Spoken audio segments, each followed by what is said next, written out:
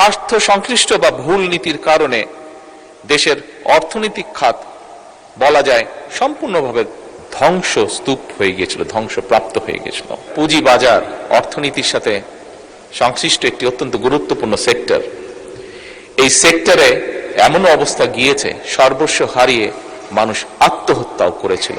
বৈদেশিক মুদ্রার রিজার্ভ হাজার কোটি টাকা পাচারের মাধ্যমে এবং অপচয়ের মাধ্যমে বৈদেশিক মুদ্রার রিজার্ভ কি ভয়াবহ অবস্থায় পৌঁছেছিল সেটি নিশ্চয়ই কারো অজানা নয়। অহেতুকভাবে দেশি বিদেশি ঋণ গ্রহণ করা হয়েছিল, যা এখন জাতির উপরে বোঝা হয়ে দাঁড়িয়েছে। এই সংক্ষেপে যে সংকটের কথা আমি বললাম, এই সংকট আছে, আমরা সংকটকে অস্বীকার করতে চাই না, সংকটকে আমরা অজুহাতও বানাতে চাই না।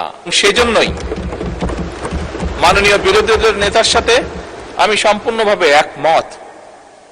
আমরা জনগণকে সাথে নিয়ে রাজনৈতিক সদিচ্ছা এবং কার্যকর নীতির মাধ্যমেই আমরা যে সংকট, এই সংকটকে আমরা সফলভাবে মোকাবেলা করতে চাই। মাননীয় স্পিকার, সরকার পরিচালনার দায়িত্ব যখন গ্রহণ করেছিলাম, আমরা একটি ভঙ্গুর অর্থনীতি পেয়েছিলাম। তার ভিতরে দুর্নীতি, লুটপাট, অব্যবস্থাপনা এবং স্বার্থ সংশ্লিষ্ট বা ভুল নীতির কারণে দেশের অর্থনৈতিক খাত বলা যায় সম্পূর্ণভাবে ধ্বংসস্তূপ হয়ে গিয়েছিল, ধ্বংসপ্রাপ্ত হয়ে গিয়েছিল। এর বাইরে তো যেই কথাটি মাননীয় বিরোধী দলের নেতাও বলেছেন, হাজার হাজার কোটি টাকা পাচার হয়েছিল, জাতীয় আন্তর্জাতিকভাবেও যেটি স্বীকৃত। মানে স্পিকার, দেশের উৎপাদন এবং বিনিয়োগ প্রায় স্থবির হয়ে পড়েছিল। ইনফ্লেশন বা মূল্যস্ফীতি কি অবস্থায় পৌঁছে গিয়েছিল আজ থেকে 2-2.5 বছর আগে, সেটি বোধহয় আমরা সকলেই হাড়ে হাড়ে টের পেয়েছিলাম। মানে স্পিকার, পুঁজি বাজার অর্থনীতির সাথে সংশ্লিষ্ট একটি অত্যন্ত গুরুত্বপূর্ণ সেক্টর।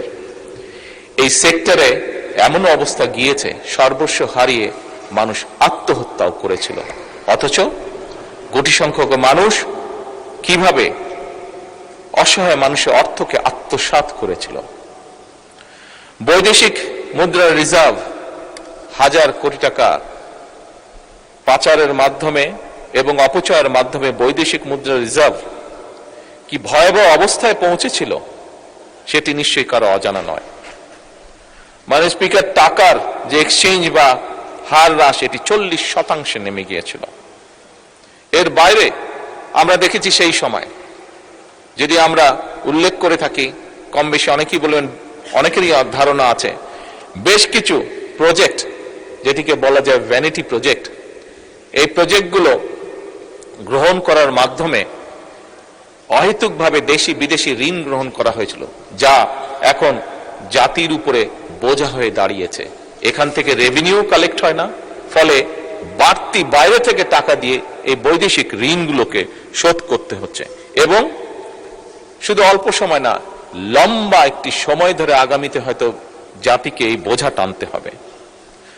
মানে স্পিকার, আমরা এই সংক্ষেপে যে সংকটের কথা আমি বললাম, এই সংকট আছে, আমরা সংকটকে অস্বীকার করতে চাই না, অস্বীকার করে আমরা সংকটকে অস্বীকার করে আমরা থাকতেও পারবো না, এটি বোকামি হবে।